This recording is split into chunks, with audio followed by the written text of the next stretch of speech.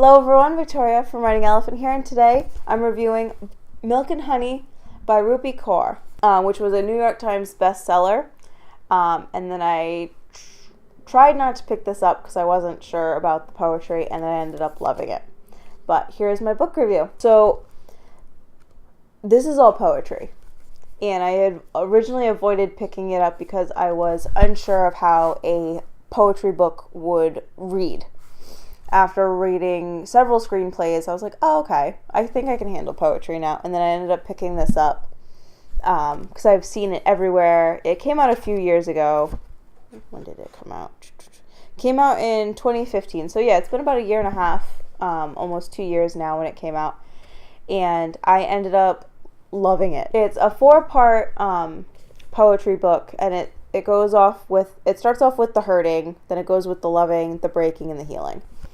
So you actually get to see an entire woman's journey from about learning to love herself with and without a mate.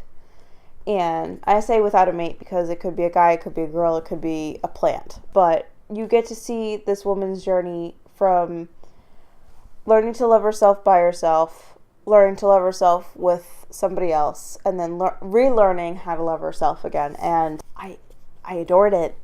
Normally, I'm not one to read, a few lines of prose, but I don't know, there was just something about this that really, really, really hooked me. I read it in not even 2 days.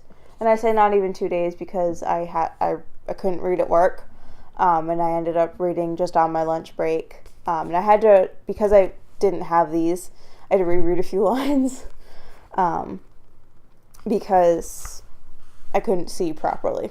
So now that I have glasses, I can see properly, I can read right, and I don't have to reread lines 100 times to understand what they're meaning. I don't understand why I love this book so much. I do.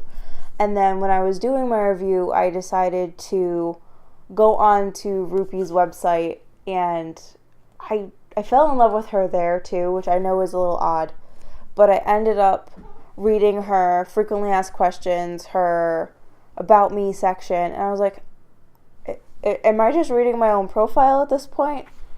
A more successful, awesome version of myself. And then I'm like, no, this is definitely somebody else. But I felt like I knew her, like I was sitting across the table from her with each line, with each second that went by as I was reading her website. I was like, I feel like I know this person. And I think that's something that, because her poetry is so raw, that you can only get that way. Like even what's on the back, which is just like a brief, we'll call it a description even though it's only a few lines of prose, says, "This is the journey of surviving through poetry. This is the blood, sweat, tears of 21 years.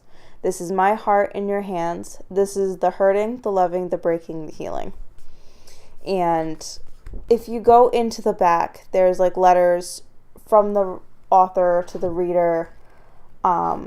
Each poem, you can read it on its own in certain contexts, but some of them you have to keep reading in order for the story to progress, in order for you to fully understand what one poem meant.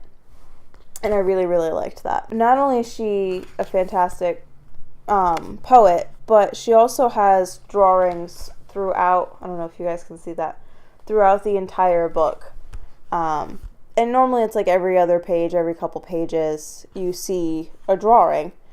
And sometimes with the drawings, I didn't feel like it took away. In fact, all it did was add it. Reminded me of a Shel Silverstein book, where every couple pages he had a drawing. And that one's really good. It's Don't Mistake Salt for Sugar. Everything has its place in this book. And after learning that she originally had self-published this, and then I think Andrew McMeel Publishing picked it up after that, that's just fantastic. And the fact that she self-published and did so well on her own with it before a publishing house picked it up was, go you, girl. That is amazing. and this is my formal thank you letter to Rupi for making a book like this, for making it so women, men, what have you, can connect on a different level. I do appreciate that it is a very feminist book and that it's very centered toward a woman and everything like that, but I feel like anybody could read this and feel healed by it just a little bit. So I wanted to thank Rupi for that, because without somebody strong like her, I don't think we could have gotten that. And there are several authors who are following her example, and I can't wait to read their work as well. So, Rupi, thank you for the poetry book I didn't think I needed. Overall, as you can probably tell, I love Milk and Honey. It is a very quick read, but it's definitely something that to keep on your bookshelf, to hand out as gifts. I really like it, and I highly recommend it. Let me know what you guys thought in the comments below. The link to my blog post about this will be also in the link dump, as well as all my social media. If you liked this, please like, subscribe, and share with all your friends, and I'll see you later. Bye!